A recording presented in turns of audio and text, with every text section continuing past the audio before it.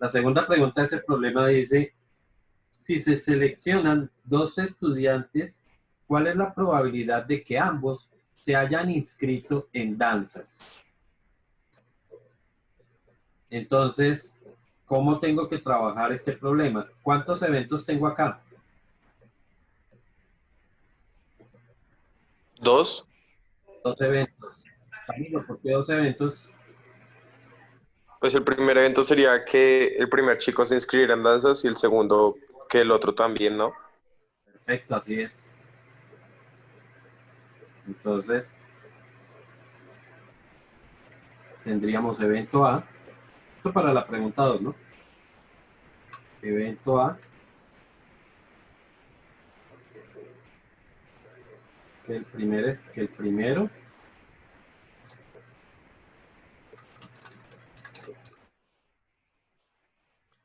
que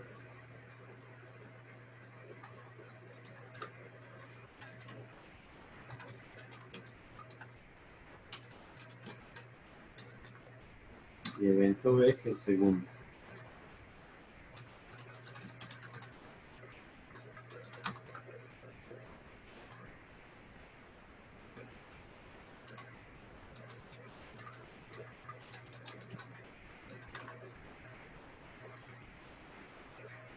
Ok. Para esta situación, ¿tengo eventos mutuamente excluyentes o no? Eh, Ah, espera un momentico porque es que aquí no me ha dado cuenta de la pregunta. Es que este ejercicio lo saqué de uno que tenía ya por allá. Dice que ambos. ¿Esto sí es alternativo? simultáneo, Esto sería simultáneo. ¿no? Sí, señor, es simultáneo. Como estamos viendo eventos alternativos, pues voy a cambiar la pregunta ahí para que sean alternativos. ¿Cuál debería ser la pregunta para que sea alternativo? ¿De ambos? De que tres de pronto. ¿De que tres? ¿Y que los tres estén inscritos? Mm, que dos inscritos y que uno no, no sé. Acuérdate que para que sea alternativo, ¿qué debe pasar para que sea alternativo? Que ambas condiciones se cumplan o que por lo menos una se cumpla. Que una se cumpla. Entonces, no puedo escribir la palabra ambos. ¿Cómo cambiaría la palabra para que sea De que al alternativo? menos uno. Que por lo menos alguno o que alguno se esté inscrito en el curso de danzas. Entonces, ¿cuál es la probabilidad de que alguno se haya inscrito en danzas? Eso ya lo hace alternativo porque no se necesita que los dos estén. Eventos mutuamente excluyentes, ¿serán o no serán?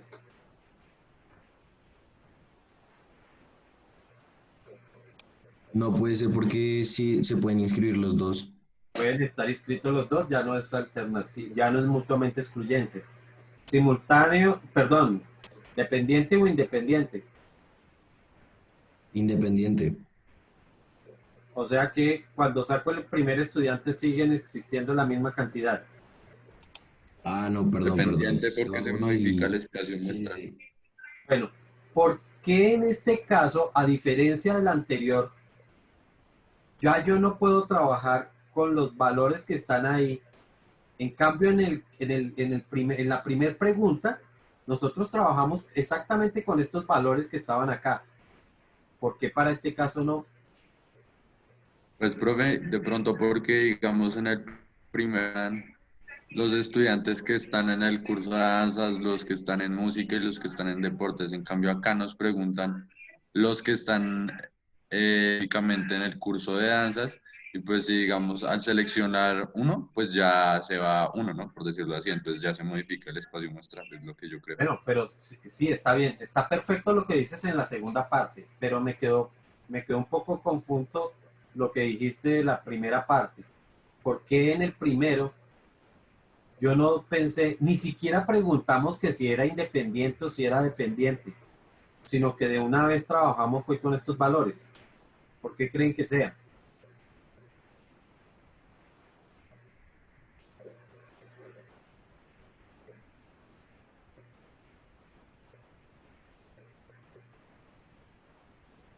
¿No dan? No, profe, no sé. No, Vean. profe, la verdad es que no sé. ¿Perdón? Sí, Santiago. no sé, profe. No, no sé. Ah, bueno, lástima. La excusa, o mejor, la razón está en esto. En la primera dice que se selecciona un solo estudiante. Si yo selecciono un solo estudiante, pues no se da la opción de que modifique el espacio muestral para un segundo estudiante. En cambio, en la segunda pregunta sí son dos. Por lo tanto, al sacar uno, sí se va a modificar para un segundo estudiante. Esa es la razón específicamente, por la cantidad de estudiantes que estamos sacando. ¿Sí? Si yo sacara un tercer estudiante, pues lógicamente también se va a ver afectado la cantidad total de estudiantes. Por eso es que para la primera pregunta yo no tenía en cuenta si era dependiente o independiente, eso no afectaba en absolutamente nada, mientras que para la segunda sí, porque estamos sacando personas de todo, o estamos sacando elementos de todo el espacio muestral. ¿Ok? Entonces, efectivamente, para este caso sería, ¿cuántos dijimos que estaban en danzas? Y 50. 50. A lo que quiero llegar es que en este caso, para la fórmula tendría que trabajar como la probabilidad del evento A más la probabilidad del evento B menos la probabilidad del evento A, y como son dependientes, entonces sería la probabilidad del evento B dado el evento A. Lo que des en cuenta que para nada ocurrió en la primera fórmula. Aquí no, nosotros no escribimos ninguna condición. Entonces serían 50 sobre 100 sobre 250 más 50 sobre 250 menos 50 sobre 250 por 50 sobre 250. ¿Sí está bien?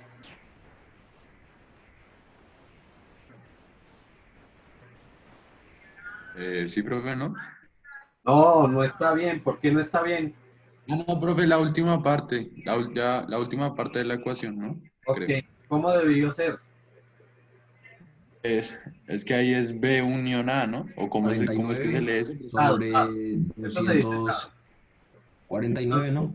49 sobre cuánto. 249, pues porque eso también se modifica. Claro, así se debía haber planteado. Sí, señor. Ahora sí. 50 sobre 250 más 50 sobre 250 menos 50 sobre 250 por 49 sobre 249. Y eso daría 0.36.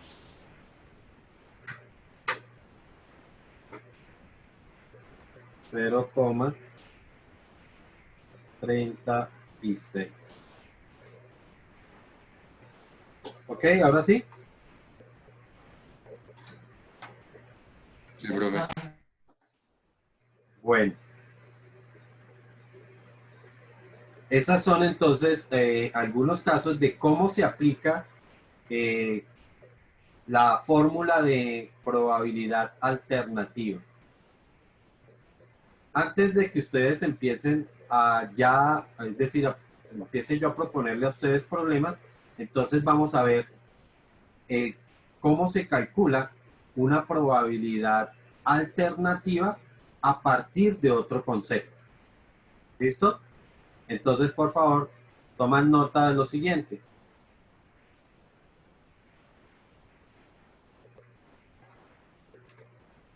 probabilidad total. Probabilidad total. Ese es el título de ahora.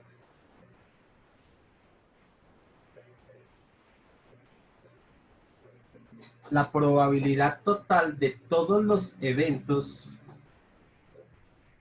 la probabilidad total de todos los eventos individuales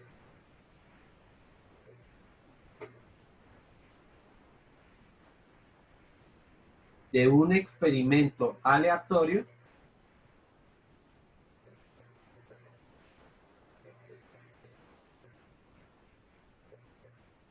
es igual a 1.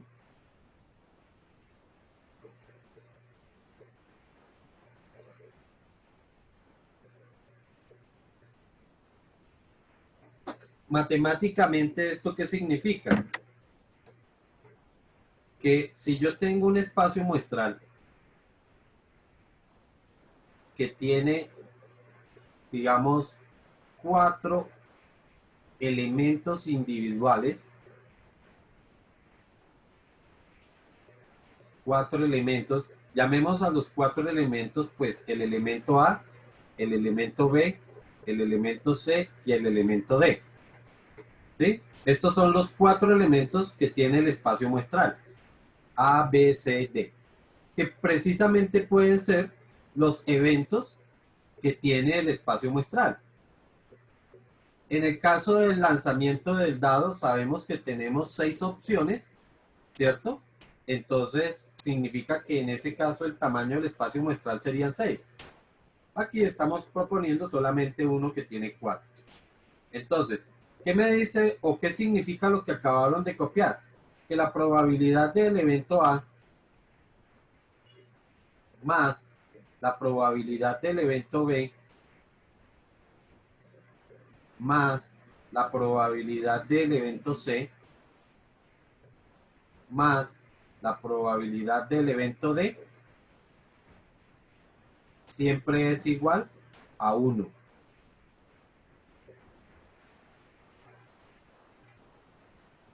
¿Sí está claro?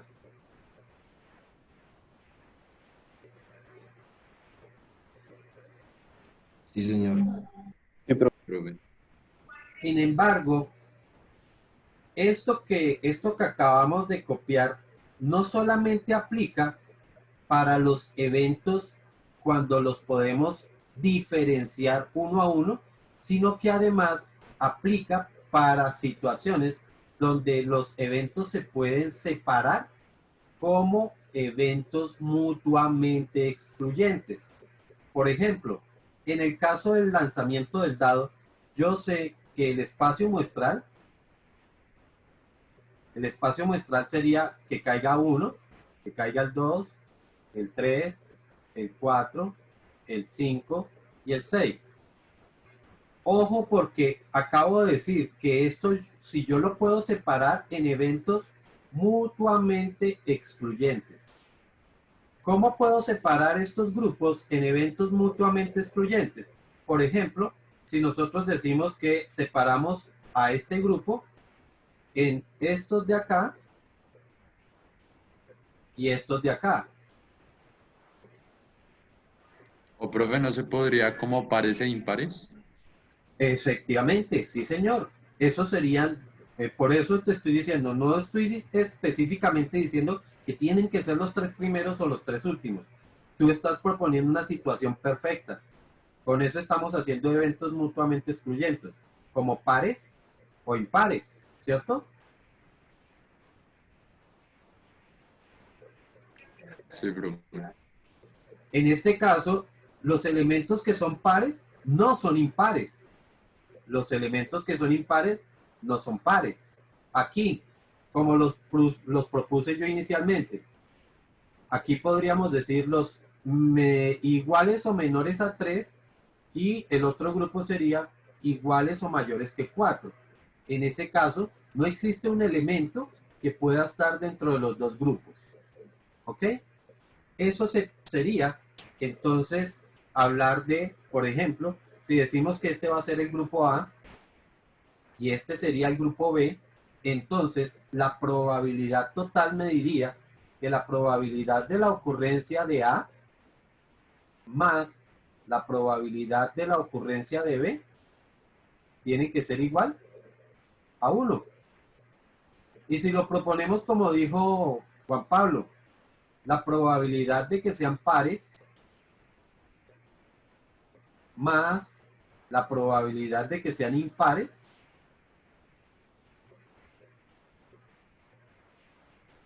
entonces también tiene que dar 1. ¿Ok? ¿Sí está claro eso?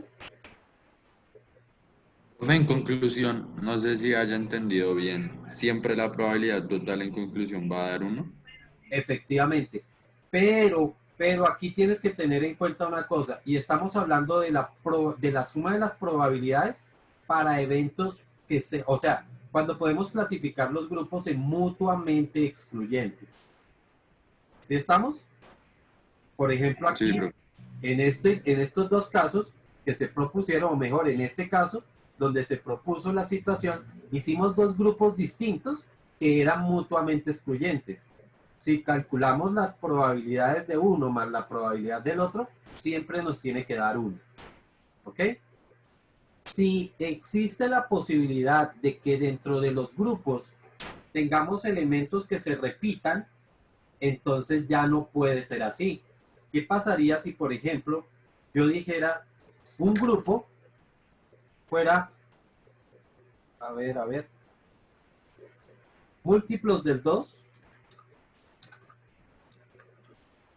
múltiplos de 2, el 2. Los múltiplos del 2 son los que nosotros habitualmente llamamos como Pares. pares, efectivamente son los pares. Y tengo otro grupo que sería múltiplos del 3.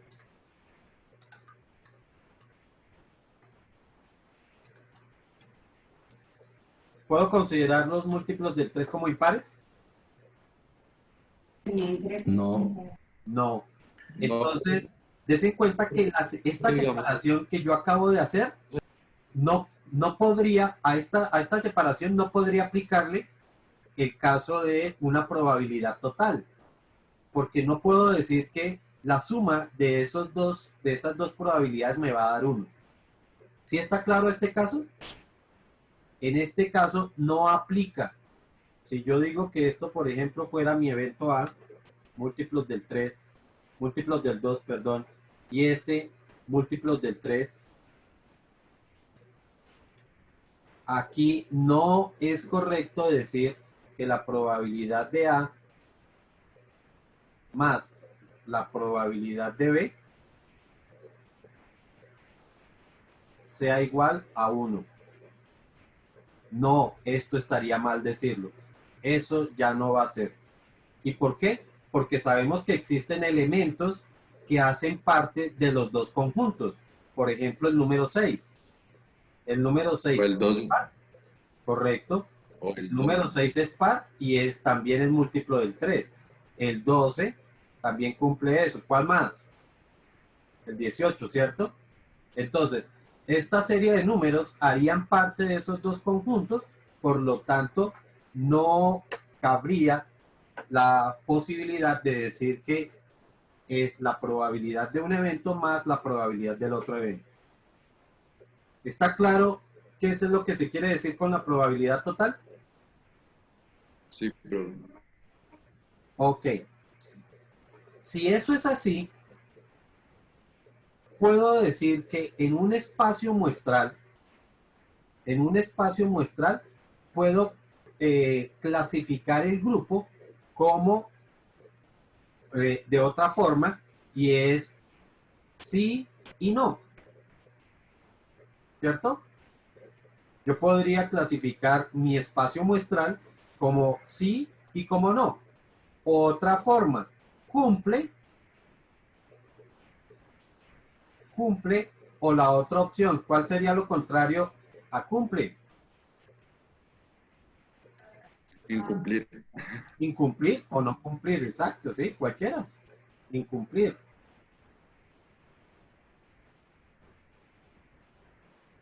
¿Ok? Digamos que esta forma de escribir esa probabilidad, ¿cierto? Ya sabemos que esta probabilidad sí tiene que ser mutuamente excluyente.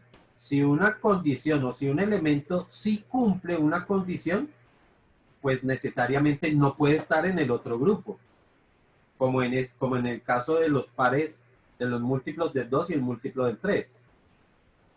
Aquí, si yo tengo un elemento que sí cumple, pues necesariamente lo saco o no podría estar en el grupo de no cumplir. ¿Sí estamos? Eso entonces nos permite proponer lo siguiente. Y es que en una probabilidad puedo proponer mejor que la probabilidad de cumplir o de que sí más la probabilidad de que no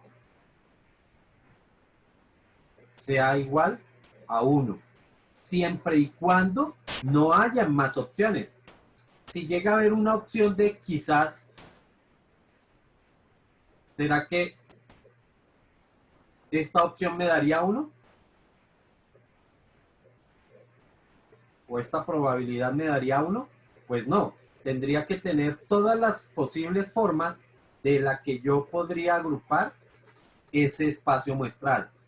Puedo decir que sí cumple, que no cumple y que quizás cumple. Entonces, ahí tendría que adicionar eso. Nosotros vamos a ver situaciones sencillamente donde sí cumple y donde no cumple. ¿Ok? Es decir, vamos a separar nuestro espacio muestral como que sí y como que no. ¿Ok? Esto nos da la ventaja de que si tenemos una probabilidad, si a mí me toca calcular la probabilidad de que sí, y esa probabilidad es compleja de calcular, pues entonces de pronto más bien calculo la probabilidad de que no. O sea que yo puedo decir que la probabilidad de sí, si este término que aquí está sumando lo paso al otro lado, me quedaría entonces que 1 menos la probabilidad de que no va a ser igual a la probabilidad de sí. ¿Sí está claro eso, muchachos? Sí, profe. Entonces veamos una situación primero que sea simple para poderla entender. ¿Y cómo es lo que vamos a plantear? Dice,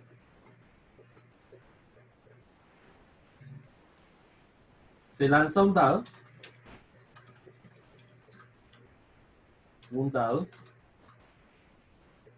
coma, calcular la probabilidad de que caiga un número mayor a 4. ¿Ok? Esto que estamos preguntando aquí es lo que estamos considerando el sí. Esto es sí. ¿Sí qué? Sí, que sí cumpla esta condición, que sea mayor que 4. Entonces, ¿qué sería no para este grupo? ¿Qué podemos considerar? Que sea menor a 4. ¿Y qué hago con el 4? Pues el 4 no hace parte del sí. ¿No hace parte del sí? ¿Y si hace parte del no? Sí. Pero si tú me dices que sea menor a 4, Profe, perdón, es que sea menor a 5, que sea menor a 5. correcto. Entonces, que no, la opción que no es que sea menor a 5 o menor que 5. Esa sería la condición contraria a lo que tendríamos planteado arriba. ¿Ok? Entonces, aquí lo que me está diciendo o lo que acabamos de proponer en esta parte, es que la probabilidad de sí más la probabilidad de no tiene que ser igual a 1. Veámoslo a ver si es verdad. ¿Cuántos cumplen la condición de ser mayor que 4? En el lanzamiento del dado, ¿no? Solo el 5 y el 6. O sea, dos opciones. ¿De cuántas en total? De 6. De 6. Más probabilidad de no, que sea menor que 5. ¿Cuántos cumplen la condición de no? 4. 4. De 6. De 6. 2 sextos más 4 sextos es igual a 6 sextos. Y 6 dividido 6 es igual a 1. Efectivamente, es igual al valor 1 que tenemos ahí. ¿Sí quedó claro? Sí, señor. O sea, profe, si en dado caso nos llega a dar otro número, entonces nos equivocamos aplicando qué tocaba hacer o lo hicimos mal. O sea, las dos pueden ser. Bueno, a ver. A lo que quiero llegar es que nosotros no vamos a probar eso. La idea no es probarlo. La idea es aprovecharlo. ¿Sí? Estoy diciendo que, de acuerdo a lo que propuse en la segunda parte, es decir, esta proposición acá, que era pasar el no, pasarlo a restar. ¿Por qué queremos aprovechar esto? Porque si el grupo se puede separar en sí y en no, entonces, si es muy difícil, cuando sea muy difícil calcular el sí, pues es mejor calcular el no. En el ejercicio que nosotros, que se propuso aquí, perdón, en ese no, aquí, donde teníamos esta probabilidad que era bastante larga, ¿sí? Entonces, el sí que era, ¿qué era el sí para este caso?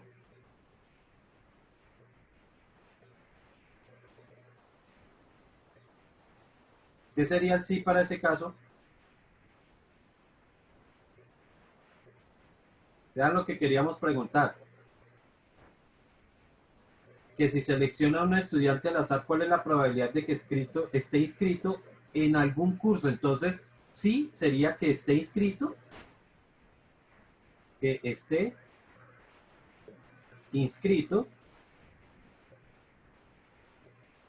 en algún curso, ¿cierto?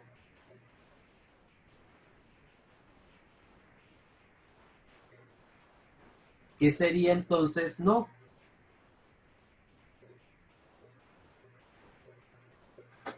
Que no se inscribiera. Que no esté inscrito, que no esté inscrito en ningún curso.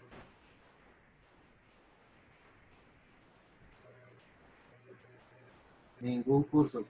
Casi no puedo ni escribir. Entonces, veamos a ver si nos da exactamente lo mismo que nos dio aquí, que fue el 0.8.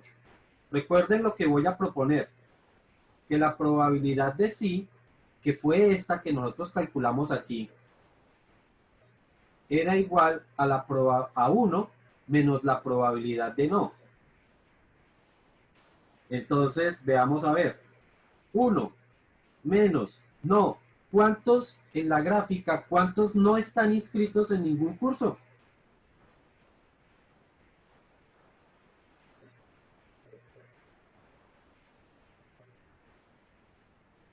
¿Se me perdieron, chicos? Perdón, profe, ¿qué decía? Que si están escuchando, 50, ¿no? Sí, sí, sí, profe. cuenta. ¿De cuántos?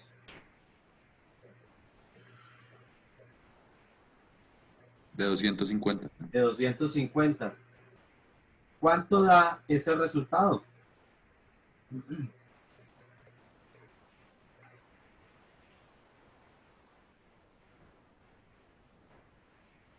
0 puntos o 20%.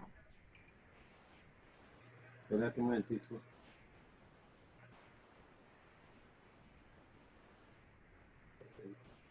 Quito esto para hacer espacio aquí.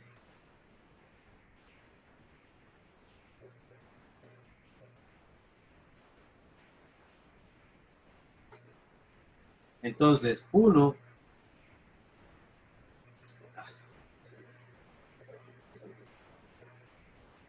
menos 50 sobre 250, ¿cuántos queda? 1 menos 50 dividido entre 250, eso es igual a 4 quintos, o lo mismo, 0.8. Des en cuenta que llegué exactamente al mismo resultado por aquí que por acá. Llegué exactamente al mismo resultado. Pero ¿cuál de las dos operaciones fue más simple? La segunda. La segunda, muchísimo más simple, porque des en cuenta que aquí no fue sino 1 menos esta fracción. Mientras que aquí tuvimos que colocar Profe, 1, 2, 3, 4, 5, 6, 7 términos distintos para hacer la operación. Dime. profe, es que tengo una duda. Digamos, esta probabilidad que usted nos acaba de explicar, que es la probabilidad total, ¿se aplica cuando hay 3 o más eventos, como en la otra que es larga? Sí, señor. La vamos a aplicar cuando tengamos 3 o más eventos alternativos.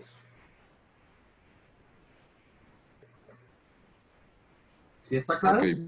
Cuando tengamos 3 o más eventos alternativos, pues no nos vamos a poner con esa fórmula tan larga, porque esta fórmula es muy larga. Y ahora, lo que yo les decía a ustedes, creo que cuando hicimos el cálculo de cuántos términos iba a tener si tuviera 5 eventos, creo que nos había dado más de 30 términos. Entonces, des en cuenta que de esta forma podemos abreviar mucho más los procedimientos para llegar a resultados más fáciles o más fácilmente. ¿Sí? Siendo el mismo resultado, podemos llegar a él de una forma mucho más simple. ¿Listo? De aquí, lo que sí tengo que aclarar es cuando normalmente, bueno, aquí el evento que era, o la probabilidad para el no, ¿qué tipo de probabilidad fue? ¿Fue alternativa, se fue simultánea o fue una probabilidad simple? Para hacer este cálculo de 50 sobre 250. pues simple, ¿no? Fue una probabilidad simple. ¿Ok? Entonces, el asunto va a ser así de simple. Si la probabilidad, y por favor tomen nota ahí porque con esto acabamos hoy. Si la probabilidad de sí cumple es alternativa,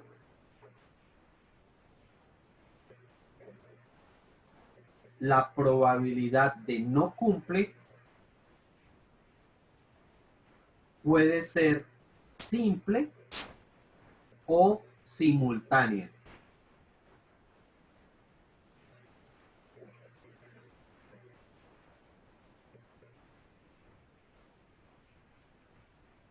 ¿Ok? Profe, puede ser que, perdón, Si la probabilidad de sí cumple es alternativa,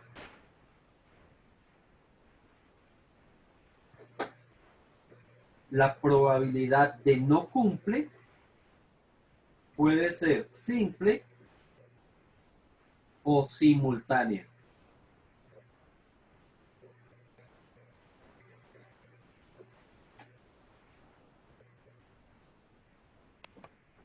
gracias, profe. ¿Ok? Y otra cosa, si la probabilidad de sí cumple es independiente,